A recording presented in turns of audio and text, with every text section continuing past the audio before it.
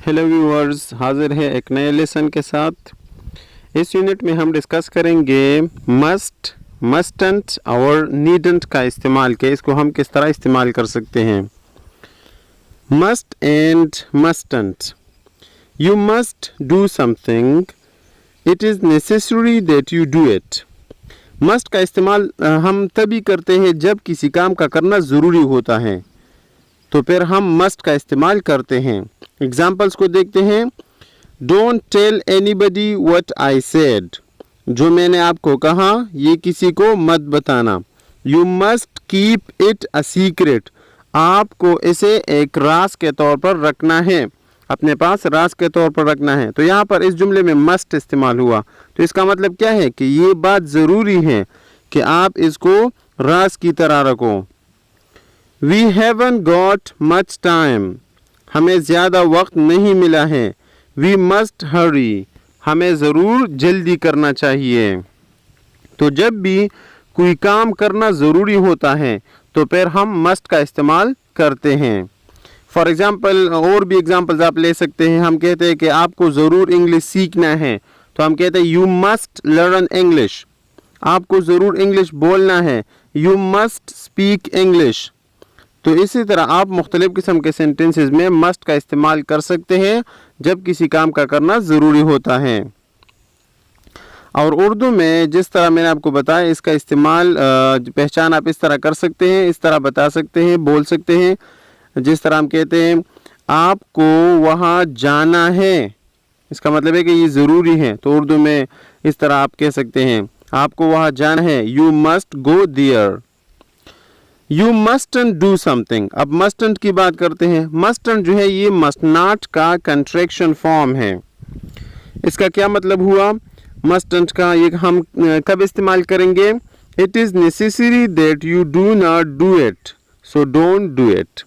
इसका मतलब ये है कि जब किसी काम का करना ज़रूरी नहीं होता है और हम किसी को बताते हैं तो फिर हम मस्टंट का इस्तेमाल करते हैं। You must keep it a secret. आपको इस बात को राज रखना है, ज़रूरी है ये। You mustn't tell anyone. आपको ये किसी को नहीं बताना है। डोंट टेल एनीवन, ये बात जो है आपको किसी को नहीं बताना है। We must be very quiet. हमें ज़रूर खामोश रहना है। We mustn't make any noise. हमें शोर नहीं करना है। ये बात ज़रूरी है कि हम शोर न करें। तो ये हुआ मस्ट और मस्टंट की बात। Needn't and don't need to. अब इसकी बात करते हैं। You needn't do something. Needn't ये जो है ये नीड और नॉट का कंट्रैक्शन फॉर्म है। इसका इस्तेमाल कैसे होता है? It's not necessary to do it but you can if you like. अब इसका इस्तेमाल इस तरह होता है कि जब एक काम का करना ज़रूरी नहीं होता है लेकिन हम किसी को कहते हैं कि अगर आप चाहते हैं तो आप कर सकते हैं, लेकिन इसका करना ज़रूरी नहीं है। सेंटेंस में ये वजाहत नहीं होगी, सेंटेंस में बस नीडंट ये इस्तेमाल होगा। तो इससे हम अंदाज़ा लगा सकते हैं कि ये काम करना ज़रूरी नहीं है, लेकिन अगर आप चाहते हैं तो आप कर सकते हैं। एग्जाम्पल्स देखते हैं। We have got plenty of time. हमारे पास बहुत ज़्यादा वक्त है, टाइम है। We needn't hurry. हमें जल्दी नहीं करना है। और इसमें अब ये बात पोशीदा है, वी नीडंट हरी में ये बात पोशीदा है कि अगर कोई जल्दी करना चाहता है तो कर सकता है, लेकिन हमें ज़रूरत नहीं है। It is not necessary to hurry. जल्दी करने की ज़रूरत नहीं है। जो कैन स्टे हियर। जो यहाँ पर ठहर सकता है। He needn't come with us. उसके लिए ये ज़रूरी नहीं कि वो हमारे साथ आए, लेकिन अगर वो आना चाहता है तो वो आ सकता है। ये बात इसमें पोशीदा है। It is not necessary for him to come. उसके लिए ये ज़रूरी नहीं है कि वो आए, लेकिन अगर वो आना चाहता है तो वो आ सकता है। You can also use don't, doesn't, need to. आप ये भी इस्तेमाल कर सकते हैं, डोंट भी इस्तेमाल कर सकते हैं, डजंट, नीड टू ये भी इस्तेमाल कर सकते हैं। तो आई यू वी दे के साथ डोंट लगता है और ही शी इट के साथ डजंट लगता है। वी डोंट नीड टू हरी। हमें जल्दी करने की ज़रूरत नहीं है। Remember that we say don't need to do, doesn't need to do, but needn't do without to। इस बात को याद रखें कि हम कह सकते हैं don't need to do, doesn't need to do, लेकिन हम needn't do बोलेंगे और इसके साथ to पर नहीं लगाएंगे। तो don't need to do ये जो है ना, ये अभी आपको मैंने बताया कि ये I, U, V के साथ हम don't need to do इस्तेमाल करते हैं और he, she, it के साथ हम doesn't need to do इस्तेमाल करते हैं। और जब need and do की बात आएगी तो फिर हम इसमें to इस्तेमाल नहीं करेंगे। अब बात करते हैं needn't have done। अब ये पास्ट की बात हो रही है, माजी की बात हो रही है। इस सिचुएशन को देखते हैं। आप ये पिक्चर्स देख रहे हैं। पहले पिक्चर में आप देखिए, hello can I reserve a table for 2 please. क्या मैं 2 लोगों के लिए टेबल रिजर्व कर सकता हूँ, बुक कर सकता हूँ। तो यहाँ पर आप देख रहे हैं कि 2 पर्सन्स हैं, 2 पर्सन्स हैं यहाँ पर, पॉल एंड सू।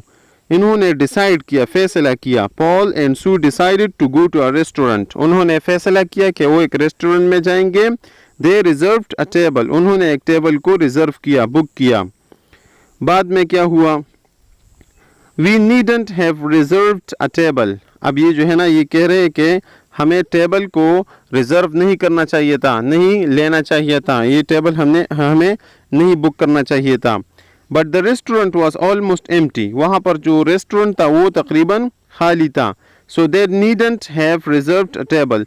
तो उनको ज़रूरत नहीं थी टेबल रिजर्व करने की। तो अब यहाँ पर बात करते हैं कि हम इसको किस सिचुएशन में इस्तेमाल करते हैं। ये सिचुएशन आपने देख लिया, अब इसको और इसकी वजाहत करते हैं। ये नीडंट हैव डन, ये जो है पास्ट फॉर्म में इस्तेमाल होता है। डन का मतलब थर्ड फॉर्म वर्ब होता है। नीडंट हैव और उसके बाद थर्ड फॉर्म ऑफ वर्ब, ये हम कब इस्तेमाल करते हैं, जब किसी काम का माजी में करना ज़रूरी नहीं था, तो फिर हम जो है ना ये इस्तेमाल करते हैं। ये देखिए, they needn't have reserved a table.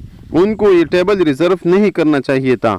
They reserved a table but this was not necessary. लेकिन उन्होंने किया है और ये तो जब माजी में किसी काम का करना ज़रूरी नहीं था लेकिन वो काम हुआ है, तो फिर हम नीडंट हैव और थर्ड फॉर्म ऑफ वर्ब इस्तेमाल कर सकते हैं। एक और एग्जांपल लेते हैं, सिंपल एग्जांपल लेते हैं। You needn't have gone there. आपको वहाँ नहीं जाना चाहिए था। तो इसका मतलब ये है कि आप वहाँ जा चुके हैं।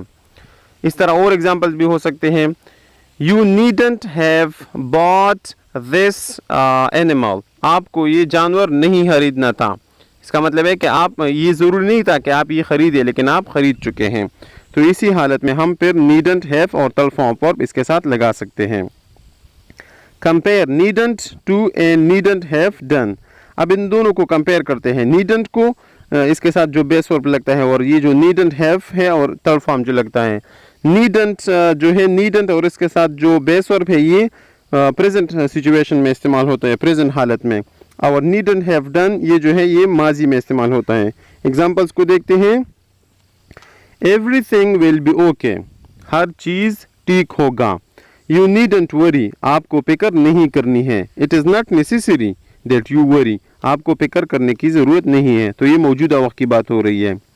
अब ये दूसरा जुमला देखिए। Everything was okay. हर चीज़ ठीक था। You needn't have worried. आपको फिक्र नहीं करनी थी। You worried but it was not necessary. अब यहाँ पर आप देख सकते हैं नीडंट लगा है, फिर हैव और फिर वरीड, ये थर्ड फॉर्म ऑफ वर्ब है। तो आप यहाँ पर आप देख सकते हैं कि ये जो है ना माजी की बात हो रही है और ये शख्स जो है ये परेशान हो चुका है, लेकिन ये ज़रूरी नहीं था कि वो परेशान हो जाए। तो इन दोनों में यही फ़र्क है। एक प्रेजेंट, ये नीडंट जो है ये प्रेजेंट के लिए इस्तेमाल होता है और जब इसके साथ हैव और थर्ड फॉर्म लगता है तो फिर ये माजी की बात होती है।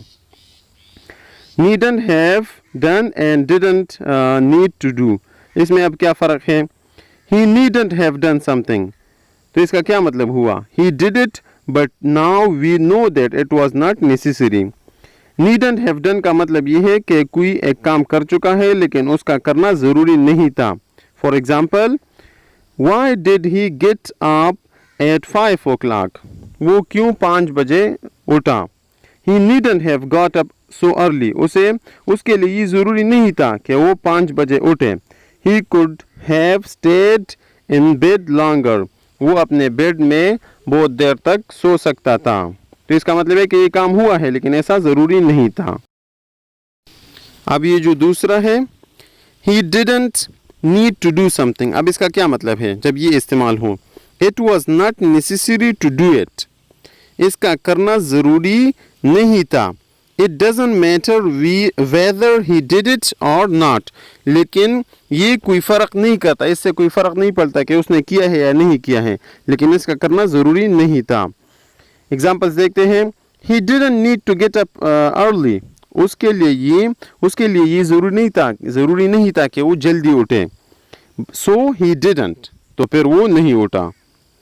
He didn't need to get up early, उसके लिए जल्दी उठना ज़रूरी नहीं था. But it was a beautiful morning, so he did, लेकिन वहाँ पर जो मॉर्निंग थी, जो सुबह का वक्त था, वो बहुत खूबसूरत था, तो इसलिए वो उठ गया. He didn't have to is also possible in these examples. In examples में didn't have जो है ये भी पॉसिबल है, इस तरह भी आप जुमले बना सकते हैं. So this was all about the use of must, mustn't and needn't. I hope you got it. Thank you so much for watching this video.